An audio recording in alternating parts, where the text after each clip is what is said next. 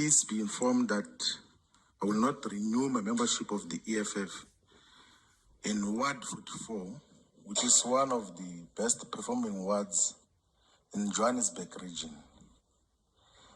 I also request to resign my position as Member of Parliament and all positions in the EFF.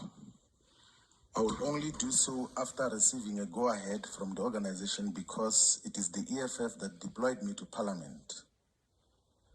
I cherish and appreciate the work that we collectively did in the EFF and building a formidable organization.